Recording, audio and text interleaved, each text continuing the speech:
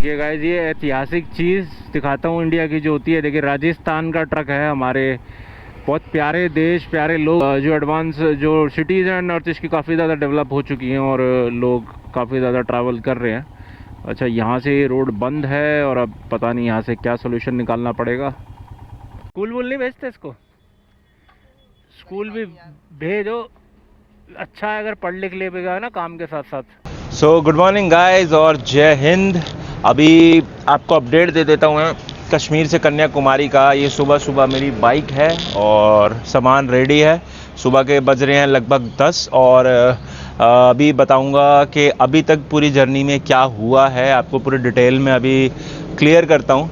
तो दिल्ली से मैं निकला था और पहले गया मैं लेह लद्दाख, और कारगिल में मैं कुछ दिन रहा। वहाँ पे काफ़ी ठंड थी, लगभग -5 डिग्री के आसपास, -3 डिग्री के आसपास उस टाइम चल रहा था। उसके बाद मैं आया श्रीनगर, डल लेक पे रहा कुछ दिन, और इस राइड को डल लेक से फिर मैं राइड करता हुआ पंजाब हरियाणा होते हुए वापस आया दिल्ली। और उसके बाद दिल्ली पहुंचने के बाद नीचे फिर मैं चला बॉम्बे की तरफ। तो मैं फिर पहुंचा मुंबई, और मुंबई महाराष्ट्र पहुंचने के बाद वहां से फिर मैं नीचे चला गोवा की तरफ, और गोवा के बाद फिर मैंने आगे अपने जर्नी कंटिन्यू करी। और गोवा पहुंचने के बाद काफ़ी दिन वहाँ पे रहा। बहुत अमेजिंग जर्नी रही गोवा की, और बहुत अमेजिंग एनवायरनमेंट रहा। गोवा के बारे में मैं आपको कुछ बेसिक चीज़ें बताता हूँ कि बहुत सारे लोग जो हैं वो गोवा को काफ़ी डिमीन कर रहे हैं। नो डाउट, मतलब गलती दोनों साइड की रही होगी, और बहुत सारे इंस्टेंसेस, क्योंकि मैं गोवा में जो था वो आरंबोल साइड था, बट बागा बीच वगैरह और जितने भी ये गोवा की जगह हैं वहाँ पे काफ़ी ज़्यादा ये डिस्प्यूट्स होते रहते हैं। क्योंकि देखिए, ड्रिंकिंग कल्चर है, और बहुत सारे टूरिस्ट ड्रिंकिंग करने के बाद बदतमीज़ी करते हैं। बहुत सारे शैक ओनर्स हैं जो खुद नशे में रहते हैं और टूरिस्ट से बदतमीज़ी करते हैं। तो ये दोनों साइड के इश्यूज़ हैं। ऐसा नहीं है कि सारे टूरिस्ट एक साइड गलत हैं और गोवा के सारे लोग ठीक हैं, और ना ऐसा है कि सारे गोवा के लोग ख़राब हैं और सारे टूरिस्ट सही हैं जो बोल रहे हैं। बट ये एक म्यूचुअल चीज़ें हैं जो दोनों के बीच में हो रही हैं। बट इन चीज़ों पे काम करना चाहिए, क्योंकि ये देश एक ही है, इस कंट्री एक ही है। हम एक दूसरे से अगर नफ़रत करेंगे और एक दूसरे की स्टेट का अगर कोई लॉस करेंगे तो वो पूरी कंट्री का ही लॉस है। तो वैसे ही मैं आरंबोल में था, बट मेरा बहुत अमेजिंग टाइम रहा गोवा में। लगभग 20 दिन मैंने वहाँ स्पेंड किए। और गोवा एक ऐसी जगह है जहाँ पे आपको एक्सपोजर मिलता है पूरी दुनिया के लोग देखने के लिए। दैट मीन्स कि मैंने पूरी दुनिया से लोग देखे, जिसमें आपके साउथ अमेरिकन्स थे, जिसमें रशियंस थे, अफ्रीकन्स थे, एशियंस भी थे, जिसमें जापानीज़ वगैरह लोग थे। और सो गाइस, ये है बंगाल, और ये आप आसपास देखिए, आपको यहाँ पे सारे तरफ खेती खेती दिखेगी। वैसे तो इंडिया मोस्टली एक ही जैसा दिखता है, जितनी भी मैंने राइड करी है आपको थोड़ा बहुत ही डिफरेंट दिख रहा होगा, क्योंकि एग्रीकल्चर बेल्ट है हमारी, और किसानी जो है वो पूरे देश का सबसे मेजर एलिमेंट है। तो हर जगह आपको खेती होते दिखेगी, और चावल उगाए जाते हैं यहाँ पे। चावल की अभी खेती यहाँ पे हो नहीं रही, मतलब आपको दिखाऊंगा जब आएगी। और ये सामने फ्लाईओवर आता हुआ, अभी सुबह सुबह का टाइम है, 9-10 बज रहे हैं। नॉर्थ ईस्ट जाने के लिए मैं काफ़ी ज़्यादा एक्साइटेड हूँ, क्योंकि नॉर्थ ईस्ट में 8 स्टेट्स हैं, काफ़ी लंबा टूर होगा उसका। और कल्चरल वाइज जो है, जो स्टेट है नॉर्थ ईस्ट का, वो बहुत ही ज़्यादा डेवलप, मतलब इन द सेंस कि बहुत ही ज़्यादा अनटच्ड है ट्राइब को लेके, और बहुत ही ज़्यादा अभी वहाँ पे ज़्यादा लोगों को चीज़ों का पता नहीं है। वो अभी भी अपने ट्राइबल वैल्यूज़ के साथ, ट्राइबल तरीक़ों के साथ रहते हैं। और बहुत अमेजिंग एक्सपीरियंस होने वाला है मुझे ट्राइबल पार्ट का। वैसे तो जो एडवांस जो सिटीज़ हैं नॉर्थ ईस्ट की, काफ़ी ज़्यादा डेवलप हो चुकी हैं और लोग काफ़ी ज़्यादा ट्रैवल कर रहे हैं। अच्छा, यहाँ से ये रोड बंद है और अब पता नहीं यहाँ से क्या सोल्यूशन निकालना पड़ेगा।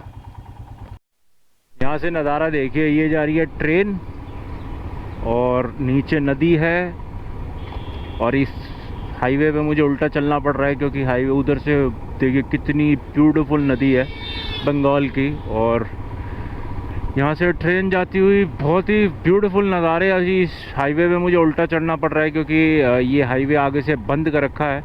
और कोई साइन बोर्ड नहीं था, इसलिए लोगों को समझ भी नहीं आ रही, तो लोग जा रहे हैं और आगे जाके यू टर्न ले रहे हैं। सेम चीज़ मुझे करनी पड़ रही है।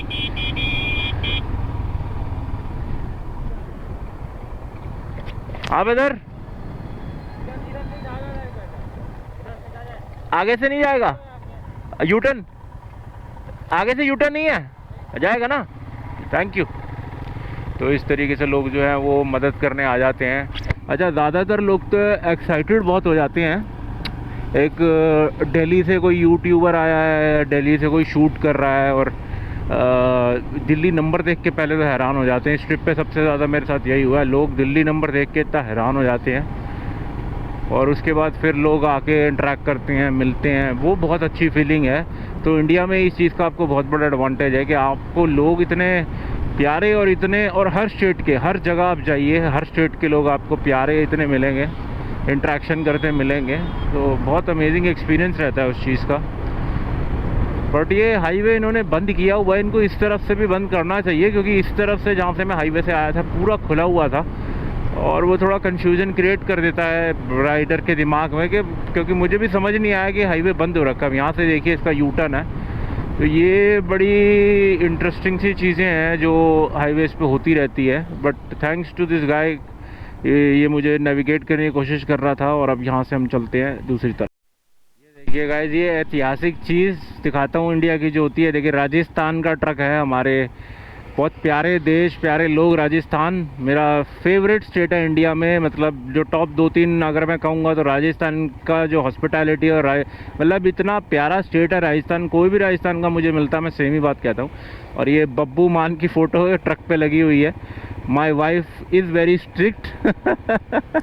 तो ये अमेजिंग से ऐसे एलिमेंट आपको रोड पे मिलते रहते हैं। बट राजस्थान का ट्रक देख के बहुत अच्छा लग रहा है कि बंगाल में, हालांकि मैंने तो तमिलनाडु में भी हरियाणा के ट्रक देखे थे, बट यहाँ पे काफ़ी टाइम से मैं अपने नॉर्थ दिल्ली, हरियाणा, पंजाब, राजस्थान साइड से अनटच्ड हूँ, क्योंकि काफ़ी टाइम मुझे हो गया निकले हुए वहाँ से। तो ट्रक देख के अपनी साइड का काफ़ी खुशी हो रही है, और ज़्यादा टाइम नहीं है, उसके बाद मैं भी वापस दिल्ली तो पहुंच ही जाऊंगा।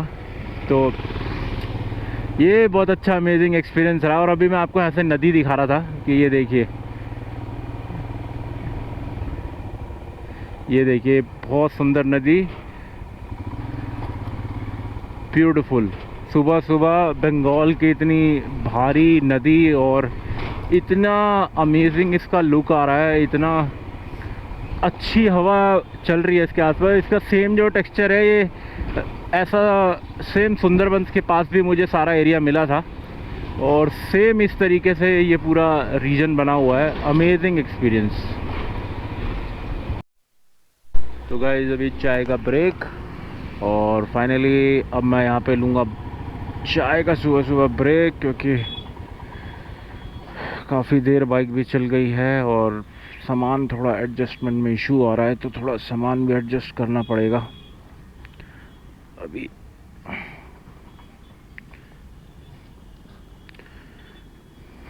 एक तो ये इसको चढ़ाना उतारना काफ़ी झमेलेगा। ये जो बैग है देखिए, ये वाला बैग काफ़ी दुखी कर रहा है। इसको करते हैं अभी थोड़ी देर में। सबसे पहले पूछें कि चाय का क्या प्रोग्राम है। भाई चाय मिल जाएगी? दादा चाय मिल जाएगा? चाय खाने वाने में भी होगा कुछ? खाने वाने में भी होगा? ऑमलेट वगैरह नहीं? अच्छा चलिए गाइस कुछ खाते हैं सुबह सुबह। गाइस खूबसूरत नज़ारों के साथ और नज़ारे आते हुए, ये देखिए यहाँ से बहुत ही सुंदर रिवर, और उसके साथ में आगे बीच साइड भी है। और यहाँ पे देखिए इतने सारे बर्ड्स। इस तरफ देखिए, यहाँ से भी आपको पूरा ये नज़ारा जो दिख रहा है, ये पूरा ऐसा लगेगा जैसे लास्ट टाइम मैं जब पेरियर नेशनल पार्क में था केरला में, तो सेम टू सेम ऐसा पानी पे शाइन था, और ऐसे बर्ड्स ऊपर वो, क्योंकि बहुत ज़्यादा बर्ड्स वहाँ पे हैं। तो ये ब्यूटीफुल बंगाल। और ये अभी इसके रिवर को हम क्रॉस कर रहे हैं यहाँ से। तो ये एक बहुत ही अमेजिंग एक्सपीरियंस है जो आप लोगों के साथ मैं शेयर कर रहा हूँ। और ये मतलब मैं आप लोगों को वही बात है कि जो आप कैमरे पे देख रहे हैं ना, जैसे मैं नेशनल ज्योग्राफी खोलता हूँ जब अपने यूट्यूब पे और उसको देखता हूँ तो मुझको बहुत आर्टिफिशियल फील होता है। दैट मीन्स आपको दिखता है बट आप फील नहीं कर सकते। वैसे ही ये जो नज़ारा है, ये जो एटमॉस्फेयर है, इसको आप फील नहीं कर पाएंगे, आप देख पाएंगे।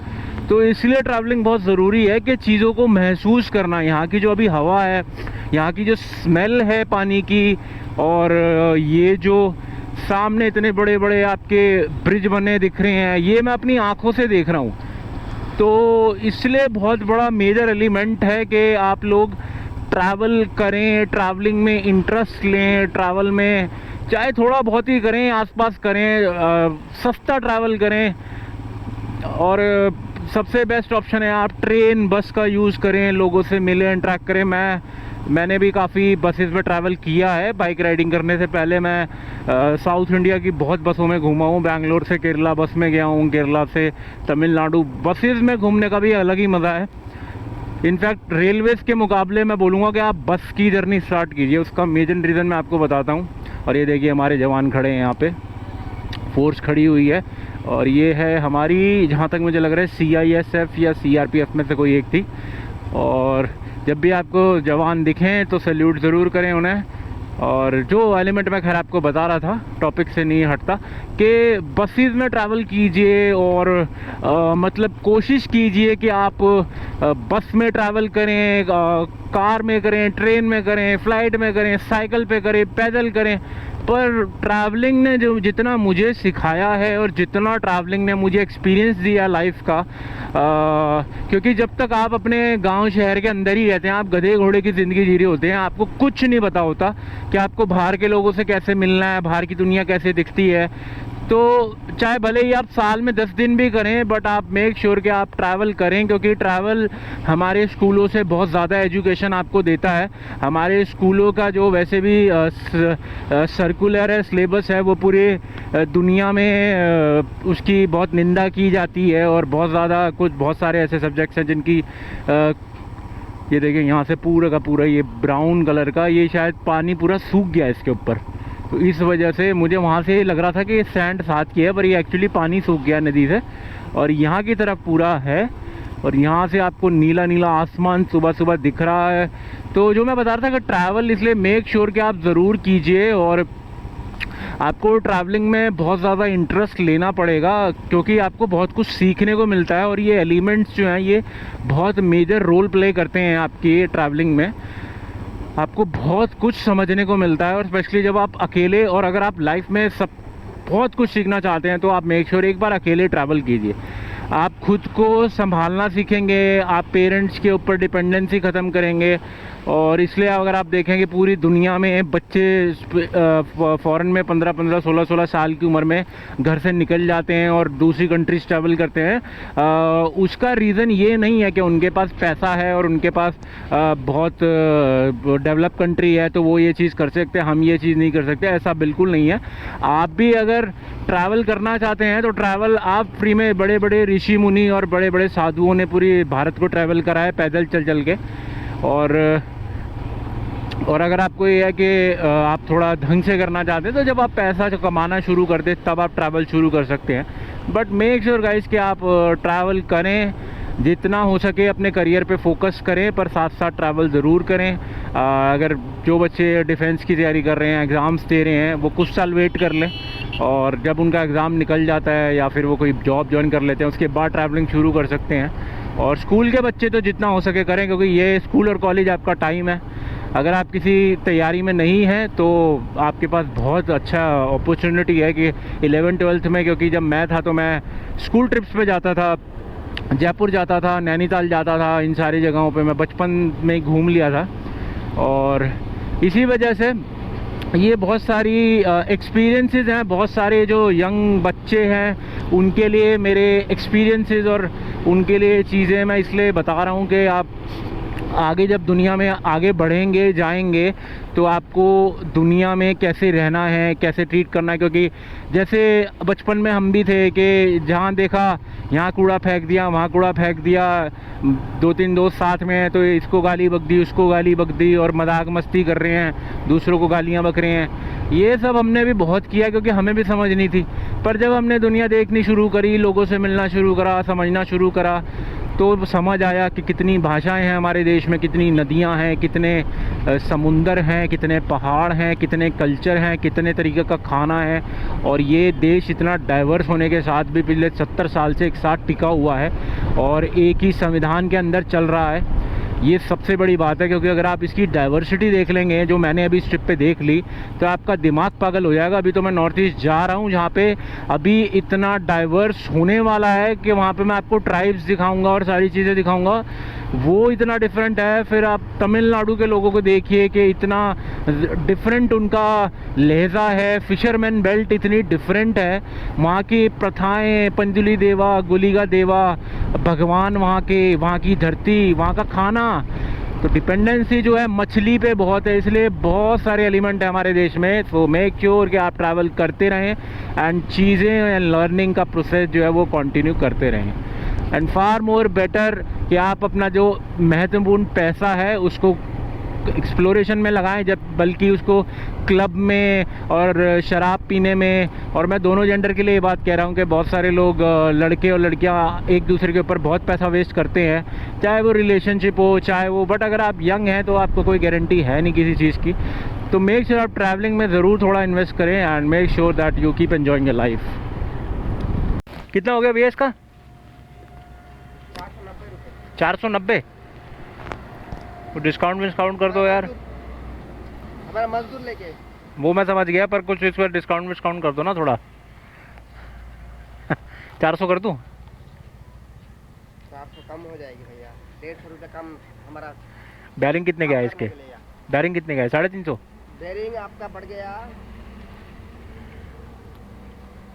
170 रुपये आपका।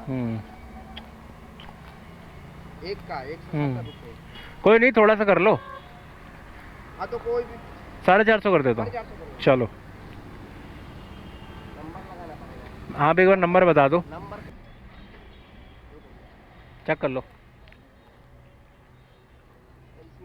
हाँ ले लो, स्क्रीनशॉट ले लो इसका।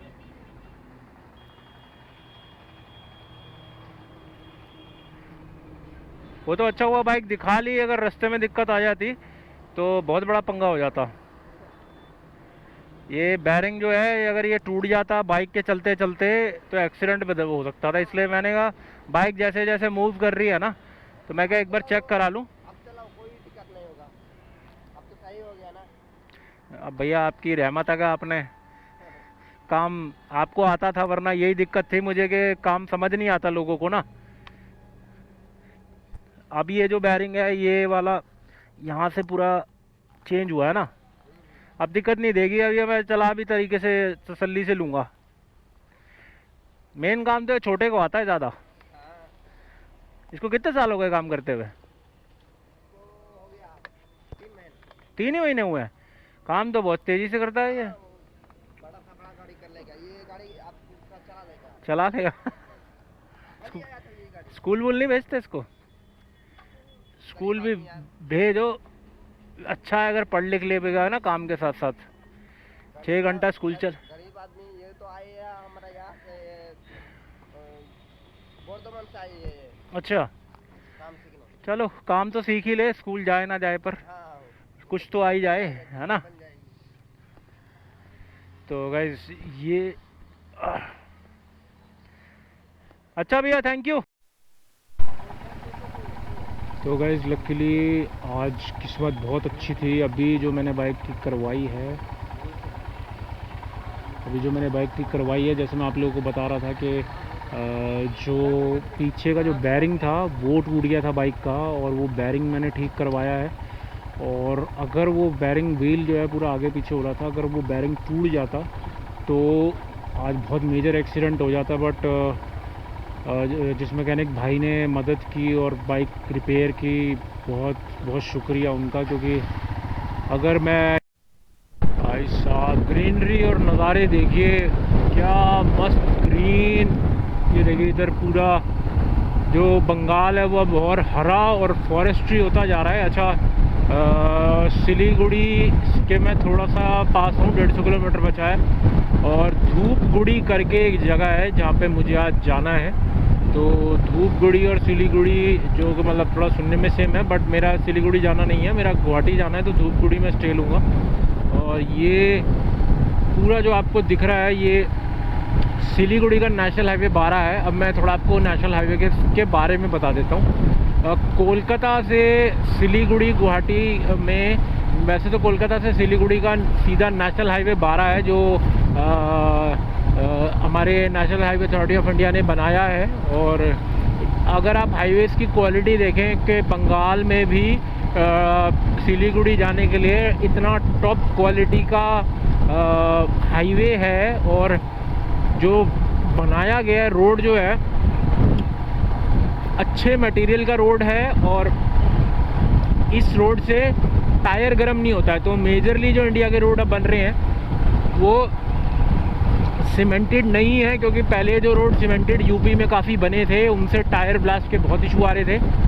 और जनरली जो होता है सीमेंट के रोड बनने भी नहीं चाहिए, वो थोड़ा डेंजरस रहते हैं। ये आपका जो है ये है पूरा आपका नॉर्मल जो तार से जो रोड बनता है रोड़ी पत्थर से, ये वो रोड है। और बहुत ही अमेजिंग हाईवे है, स्मूथ, अमेजिंग और बहुत ही बेहतरीन एक्सपीरियंस। बंगाल में मैं अभी हूँ और बंगाल से आगे मैं बढ़ रहा हूँ नॉर्थ ईस्ट की तरफ। सो राइड में स्टे अपडेटेड।